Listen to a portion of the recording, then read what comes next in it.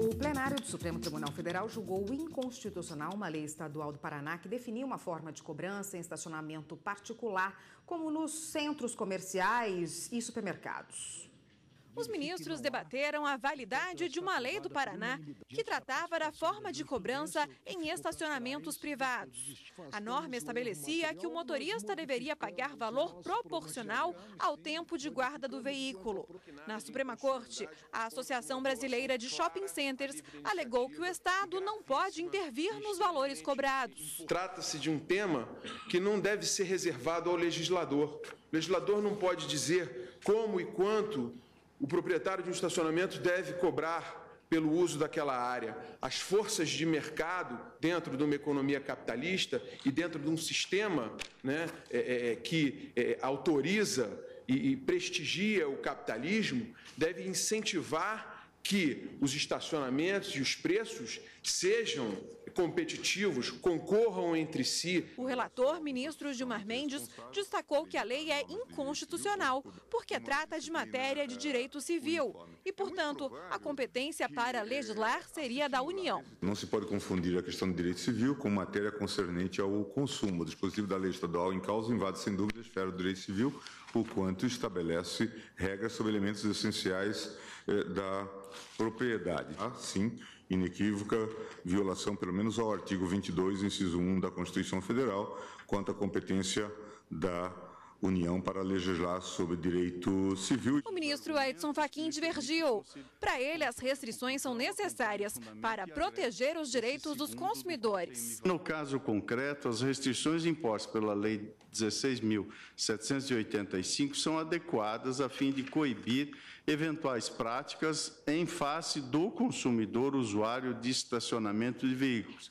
Essas regras parecem necessárias porque atendem de forma proporcional ao pagamento pelo serviço efetivamente utilizado. Para o ministro Luiz Roberto Barroso, a intervenção do Estado na fixação de preços deve ser excepcional. Num sistema em que a livre iniciativa é um princípio fundamental, a intervenção do Estado na fixação de preços é sempre excepcional. E acho que estacionamento não é uma dessas matérias excepcionais. Portanto, a minha ideia é que isso não está situado no direito civil, está situado no âmbito do direito econômico, com o desdobramento eventual da proteção do consumidor. Por maioria, o plenário declarou a lei do Paraná inconstitucional. Bom, e quem está aqui no jornal hoje é a consultora jurídica da TV Justiça, Karina Zuccolotto, que vai explicar para a gente os trabalhos da sessão de ontem. Boa tarde, Karina. Boa tarde, Érica. Bom, existia aí nessa matéria uma questão de inconstitucionalidade formal e material? Exatamente. O ministro Gilmar Mendes entendeu que havia uma violação formal da lei e aí acaba fazendo com que a eficácia dela toda seja prejudicada, porque a lei teria tratado de matérias que somente o Congresso Nacional poderia ter legislado e não a Assembleia Legislativa. Então, assuntos de natureza que envolvam o direito de propriedade, a propriedade privada, a livre iniciativa, seriam situações que deveriam constar numa lei federal. O Estado, quando ele cria essa norma, usurpa a competência e aí fala-se numa inconstitucionalidade formal. Houve uma divergência, embora o resultado tenha sido o mesmo, que o ministro Luiz Roberto Barroso acabou levantando, de que havia sim uma inconstitucionalidade, mas não por vício formal, mas sim por um vício material. Ele disse que o Estado, ao interferir na livre iniciativa e querer controlar esses preços dos estacionamentos, ele estaria violando, o princípio da livre iniciativa, então falaria-se numa inconstitucionalidade material, do conteúdo da própria Constituição, mas no frigir dos ovos o resultado acaba sendo o mesmo. A lei é inconstitucional e não poderia produzir efeitos.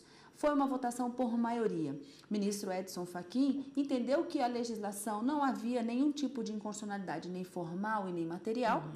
Então, ele negava provimento, trabalhando com o princípio do próprio Pacto Federativo, no sentido de que os entes federativos eles têm uma possibilidade de legislar de forma concorrente sobre diversos assuntos, e nesse caso ele teria legislado sobre o direito do consumidor e não haveria violação de qualquer norma constitucional. E ministro Luiz Fux e ministro Ricardo Lewandowski davam provimento parcial, porque entendiam que parte da lei era inconstitucional e a outra parte não, mas no resultado final, a lei paranaense foi declarada inconstitucional pelo Supremo, não pode prevalecer, não pode produzir efeitos aquela lei do Estado para fins de cobrança diferenciada de estacionamento. Karine, o plenário também discutiu ontem uma questão de se o município pode ou não criar uma lei aí, uma taxa para combate a incêndios, não é? É, exatamente. O julgamento foi iniciado, mas ainda não finalizado em razão de um pedido de vista do ministro Dias Toffoli.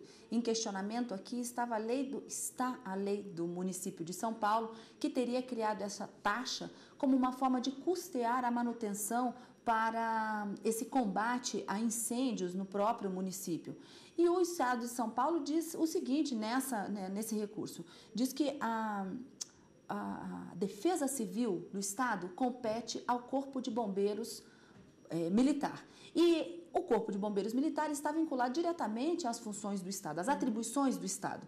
Então, não poderia o município criar essa taxa para cobrar para custear essa defesa civil. Então, alegava-se uma inconstitucionalidade nesse sentido.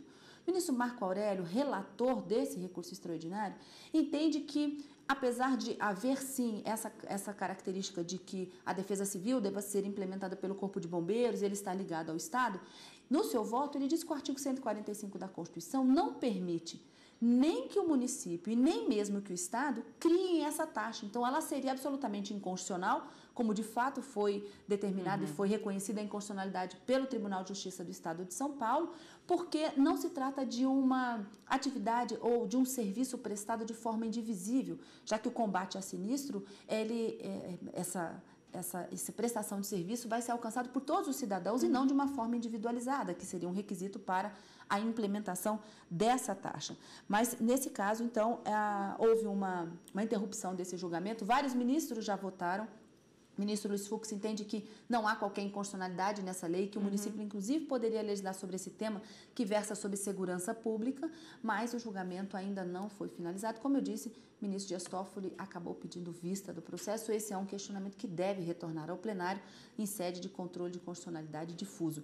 E, assim, só para um dado, não é, números, esse recurso extraordinário, em sendo julgado ou procedente ou improcedente esse recurso extraordinário, sendo declarado inconstitucional ou não, essa lei do município de São Paulo deve alcançar o julgamento, o resultado, 1.316 casos que estão sobrestados aguardando essa conclusão do recurso extraordinário. Então, como é de repercussão geral, a decisão do Supremo vai acabar vai acabar definindo também, colocando um ponto final em mais de 1.300 processos que aguardam esse julgamento. E no fim da sessão, os ministros também discutiram a legitimidade para se propor uma ADPF, não é? O ministro Marco Aurélio, relator de uma ADPF, havia indeferido, havia considerado que a Associação Nacional dos Procuradores do Estado e do Distrito Federal não poderia entrar com essa ação para questionar uma lei do Estado do Maranhão que teria reconhecido a paridade de remuneração entre procuradores de Estado e os delegados de polícia. O ministro Marco Aurélio, então, numa decisão monocrática, disse, olha, a associação não tem legitimidade para propor esse tipo de ação. E contra essa decisão veio ao plenário um agravo contra essa decisão do ministro e ontem, na sessão plenária, os ministros, por maioria, ficou vencido o ministro Marco Aurélio, entenderam que sim, a Associação Nacional dos Procuradores do Estado e do DF tem legitimidade para propor a ação e ela deve continuar sua tramitação aqui no Supremo Tribunal Federal, questionando justamente essa lei do Maranhão, que teria assegurado essa isonomia na remuneração de procuradores do Estado e delegados de polícia. Tá ótimo, Karina. Obrigada pela sua participação por hoje. A gente se vê novamente semana que vem. Combinado. Até lá.